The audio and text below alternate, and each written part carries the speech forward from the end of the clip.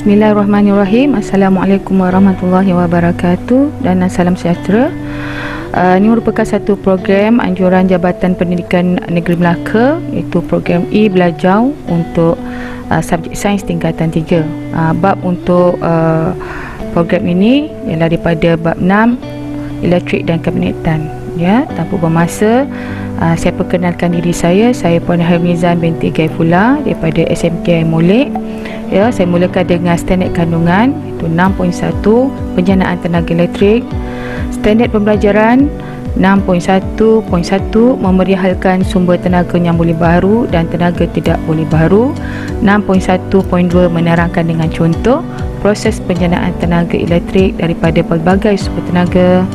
6.1.3 membezakan antara arus terus dan arus selang-alik. 6.1.4 menyelesaikan masalah berkaitan bekalan tenaga elektrik dalam kehidupan. Tanpa membuang masa, ya, saya mula dengan standard pembelajaran yang pertama, itu 6.1.1 memerihalkan sumber tenaga yang boleh baharu dan tidak boleh baharu. Okey, itu saya mulakan dengan paparan video ini.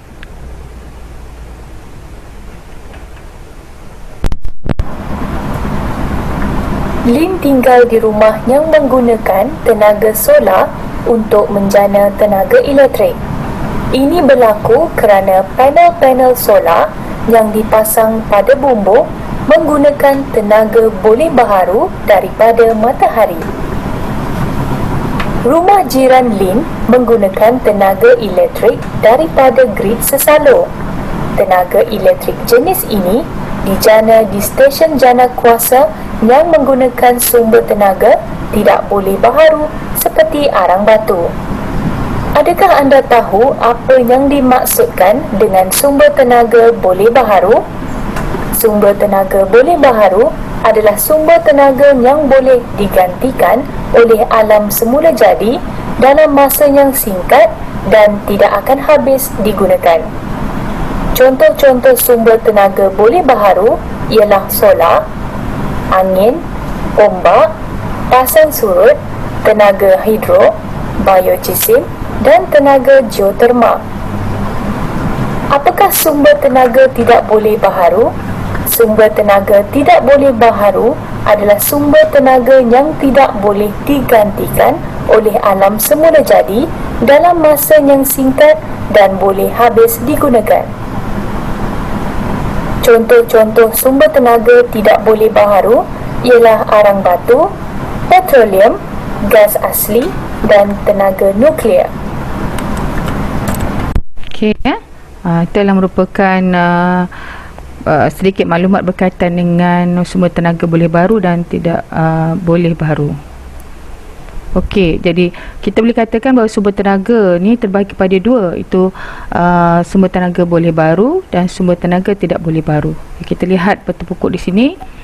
Baik, sumber tenaga boleh baharu ni apa? Ya, dia merupakan sumber tenaga yang boleh diganti secara berterusan dan tidak akan habis digunakan. Seperti ya, tenaga angin, tenaga biogeosim, tenaga geotermal, tenaga hidro, tenaga ombak dan tenaga solar. Sumber tenaga yang kedua itu sumber tenaga yang tidak boleh baharu, iaitu sumber tenaga yang tidak boleh ganti dan akan habis digunakan, ya, sebab ia perlu masa yang lama untuk pembentukannya. Contohnya seperti arang batu, tenaga nuklear, gas asli, petroleum seperti diesel, ya. Okey, ini contoh stesen jana kuasa elektrik hidro lah. Baik, stesen jana kuasa yang terdapat di Malaysia, apa dia? Okey, stesen jana kuasa biogeosim, ya, di Sabah. Sumber tenaganya daripada biogeosim lah, reputan haiwan ataupun sebagainya. Yang kedua, stesen jana kuasa Sultan Azlan Shah, Manjung, ya.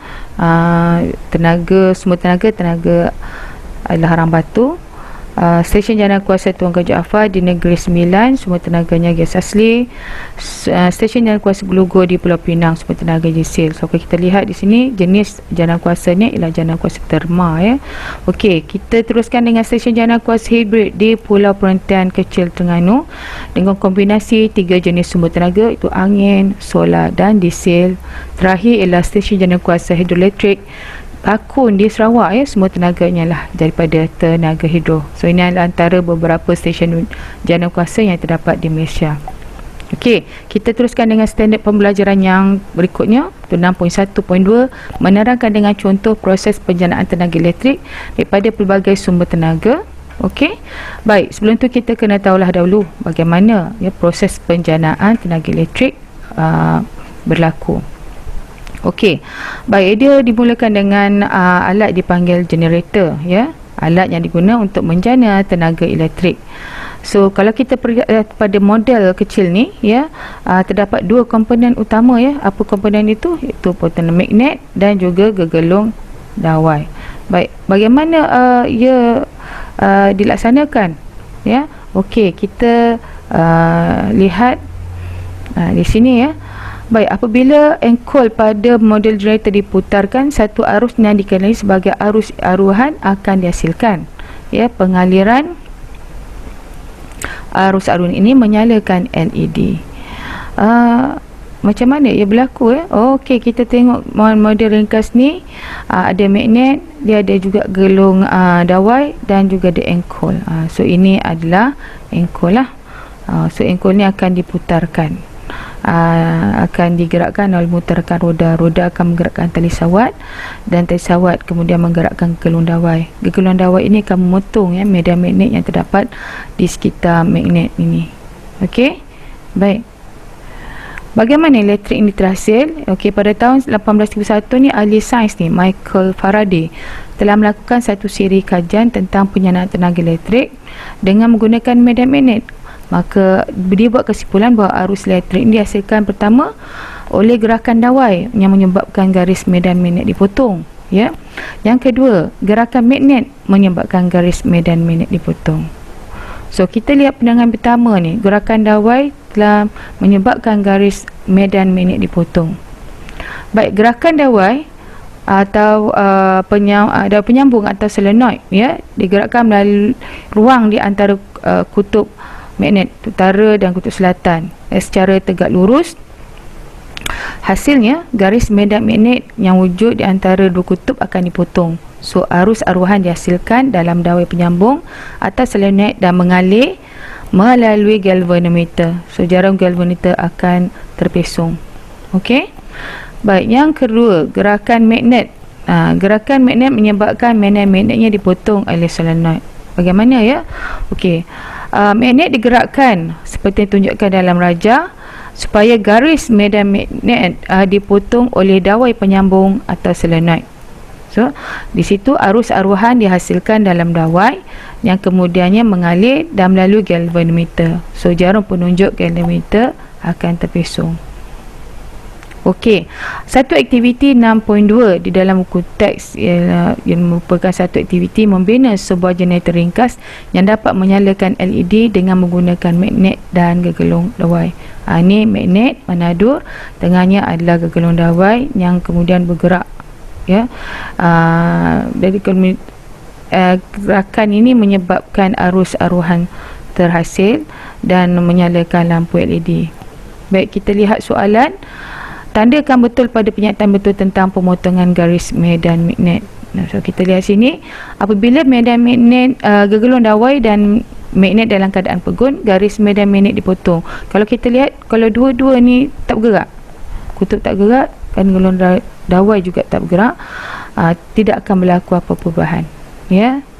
B, apabila gegelung dawai bergerak dalam keadaan magnet dalam magnet yang berkeadaan pegun, garis medan magnet dipotong. Okey, bila gegelung dawai ini bergerak, magnet dalam keadaan pegun, medan magnet di antara kutub akan dipotong oleh gegelung dawai ini. Ya, betul. Arus akan taruh hanya apabila garis medan magnet dipotong. Ya, juga betul. Baik, soalan berikutnya, bagaimanakah arus aruhan dapat dikesan dalam aktiviti ini?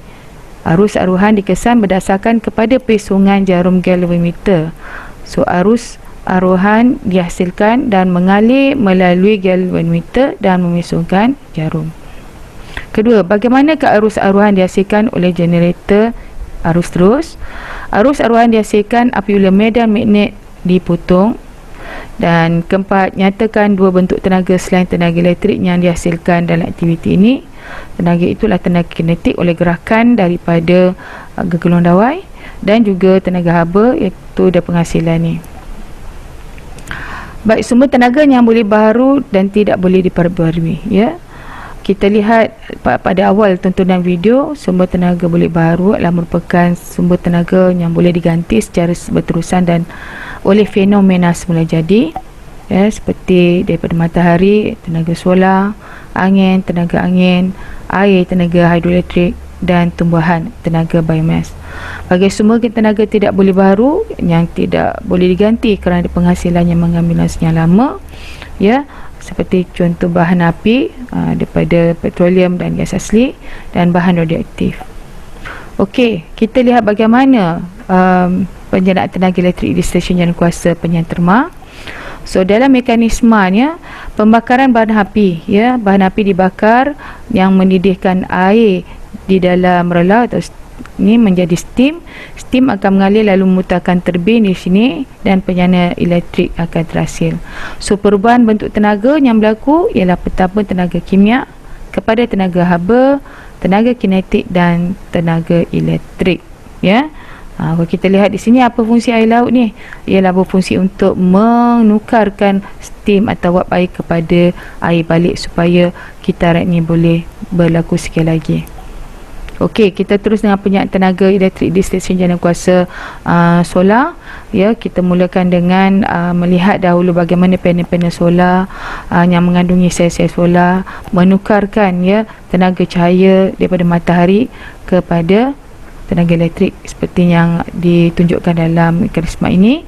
Sinaran matahari menyebabkan panel suria menukarkan tenaga cahaya daripada matahari kepada tenaga elektrik. So, perubahan bentuk tenaga cahaya kepada tenaga elektrik. Baik, penjanaan tenaga yang berikut ialah daripada hidroelektrik. Kalau kita perhatikan, ya, dalam mekanisme air tersimpan dalam panggang tinggi, ya. Jadi ada tenaga keupayaan kat situ. Air akan dialirkan lalu bergerak daripada aras tinggi ke aras rendah dan memutarkan turbin, mengatakan turbin. So, turbin pun menyebabkan penjana menghasilkan tenaga elektrik. Perubahan bentuk tenaga yang berlaku ialah tenaga keupayaan, ya, kepada tenaga kinetik, ya, dan kepada tenaga elektrik, ya, seperti yang ditunjukkan dalam simulasi ringkas ni. Okey. Baik, penjanaan tenaga elektrik daripada kuasa, ya, penjanaan kuasa angin, ya. Kita lihat mekanisme ni, udara bergerak, ya, bermula dengan udara bergerak atau angin lah. So, angin menggerakkan bilah pula, ya, bilah kipas. Kipas pula memutarkan turbin di dalamnya dan penjana menghasilkan tenaga elektrik. Perubahan bentuk tenaga yang berlaku ialah tenaga kinetik kepada tenaga elektrik. Okey. Baik. Berikutnya adalah penjanaan tenaga elektrik dari stesen jawatankuasa tenaga nuklear.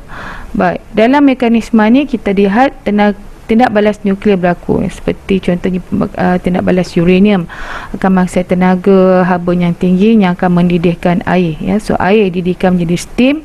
Steam ni kemudian memutarkan turbin dan penjana menghasilkan tenaga elektrik. So, perubahan bentuk tenaganya bermula daripada tenaga nuklear kepada tenaga haba, kepada tenaga kinetik dan akhir sekali tenaga elektrik. Baik, penjanaan tenaga elektrik terakhir adalah stesen jawatankuasa biosim. Mekanisme dia, metana dihasilkan oleh biosim ni, ya, seperti reputan haiwan, tumbuhan dan kumbahan. Air dididihkan di mana metana bertindak sebagai sumber bahan api yang kemudiannya mendidihkan air. Air berubah menjadi steam. Steam akan menggerakkan atau memutarkan turbin dan akhirnya penjana boleh menghasilkan tenaga elektrik sini.